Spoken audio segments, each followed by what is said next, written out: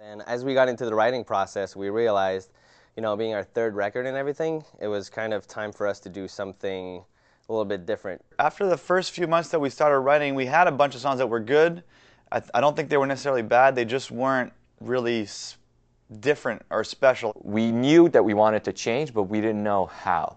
It had to sound like Simple Plan, but to the next level. Are we really ready? Do we have what we need? We realized that, maybe we need to take more time to write, and maybe we need to take more time to make a record that would seem more important, more different and more special sounding. More everything, more Simple Plan, but at the same time more original and more fresh.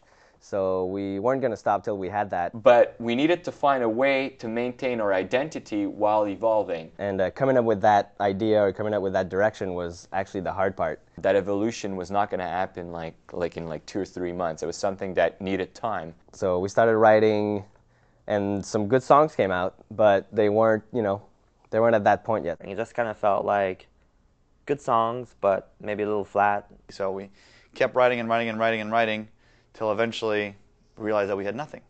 It was stressful because everybody was kind of questioning what we were doing. We didn't want to do a record super quick either, to not like it as much as we're going to like this one, The sound of this record kind of came together when we didn't really know what to do or how to write or what kind of genre or what kind of directions we wanted to go into. We eventually started to look for other avenues to try to change the sound a little bit. We kind of asked around about who we should work with. Maybe we just need somebody to sort of show us like a different road, like a different door. Started looking for producers and stuff that we could do, that we could work with and have a different influence to come kind of spice up our Simple Plan sound. And that's when the idea of working with Danger, Nate, came about. Apparently this guy wanted to branch out in rock and roll as well, so it kind of went hand in hand, like he wanted to work with a rock band, we wanted to work with somebody like him. The first day we got there, it was a little awkward. We met up with him, and he's a kind of very shy guy, so it was kind of like we didn't really know how that was going to play out. We got there, it was kind of weird. We didn't know what he was going to do. He just said, well, I'll just do my thing, and you guys let me know when you like it, and we'll start working on that. The way that we were able to make it sound genuine and sound, not so contrived, was that we wrote it with him. He came up with loops, production ideas that were very, very interesting.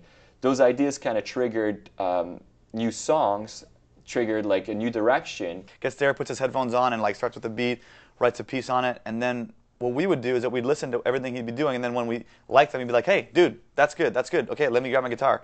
Start writing in that, and we'd kind of build a song. It was very interesting to blend in his kind of production ideas with the songs that were already there, and also taking his ideas and like going further and pushing it.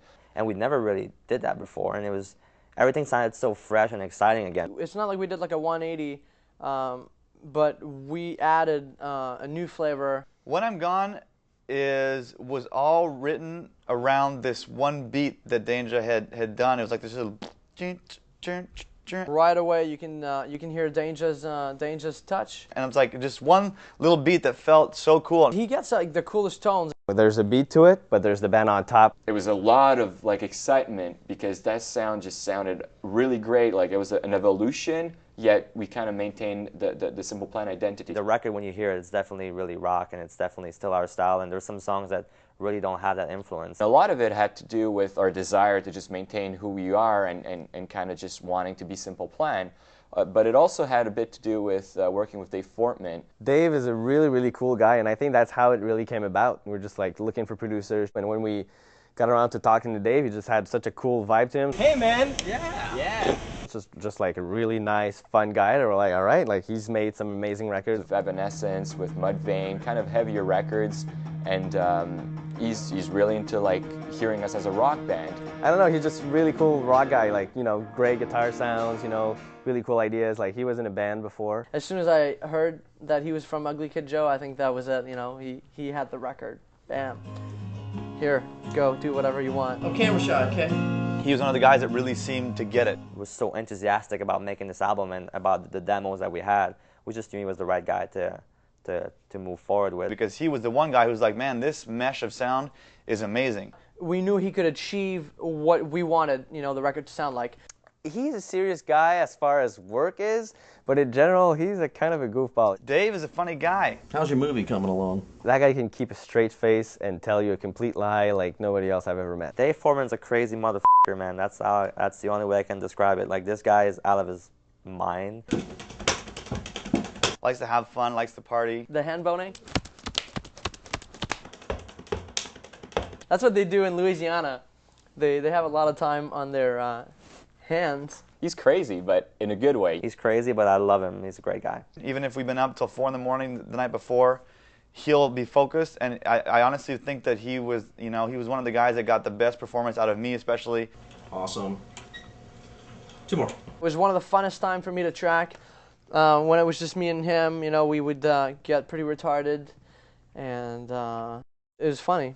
I think he's almost as funny as I am. But as soon as we got into the studio, his desire was just to bring out everybody's ideas to the table and test them. And I think he had a lot of confidence in our songs, so he didn't try to change everything just for the sake of changing. But when it's time to change something, he stops you and makes you think about it. It could be better. Just that one thing to extend whatever the lead focal point. He really got the great performance out of everybody. The guitars sound great, the vocals sound great, the drums sound great. He just was able to nail everybody's parts. We're 5 very strong personalities, and this guy kind of came in and made us work together in a very natural way. And you really, really nailed it. Like, the record sounds gigantic, and we're really happy with it. The way that we approach it is that we don't put any boundaries. We can do whatever we want. Doesn't matter if we can't play it exactly the same live. We'll figure it out in the end. We tried every sound that we wanted to hear. I think you got to go in the studio and make the best record possible. We kind of put all our ideas into a box. It's the tissue box. And then we picked one by chance, and that was what we went with now. I think the whole recording process it went really smooth. What I liked about this album is that people were really passionate. Democracy kind of ruled. We just decided, if most of us dig the idea, well, that's the one that's going to make it onto the record. You're in? You're in? Yeah. Subtle. So it was really cool to have all the guys sort of come in and say, like, I like this, how about we do this like that? Trying out all these little things made us grow as a band. Using pianos, using strings, using keyboards, using guitars, and sitting there going like, what can we put here? Lyrically, musically, part-wise. I think we need a plexi tone. Let's grab this guitar and plug it into this speaker and mic it through this mic and Driven Vox tone. How to play the part so that it sounds a certain way. Change certain things here and there. Textural guitar leads. Gigantic orchestra. Or a cool texture on like second verses. Atmospheric rhythm. People probably expect us that we're in a room playing all together, but we're not really doing that. 20 guitar parts. All around a computer, and we're listening to the songs, and we're trying to sort of mimic real instruments. So do a drum like da da da da da da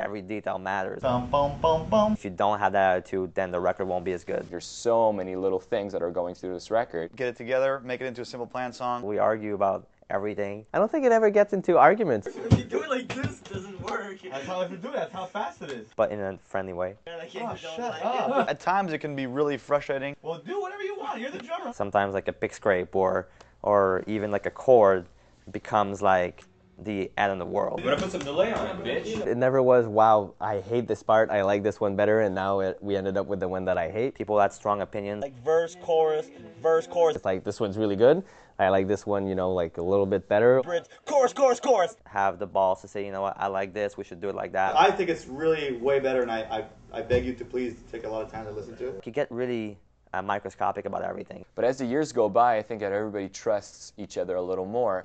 It's just a very creative and fun part of the It album. was very interesting to come in and just be able to talk and openly and just being, friends making a record. We really went in blind, and we just went in with a very open mind and said, like, you know what, let's just have fun and see what happens. And I think I'm really stoked how it came out.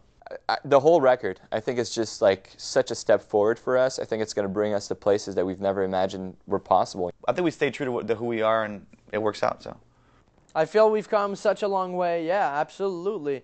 I mean, if you listen to the first record and then the second record, the evolution was really good.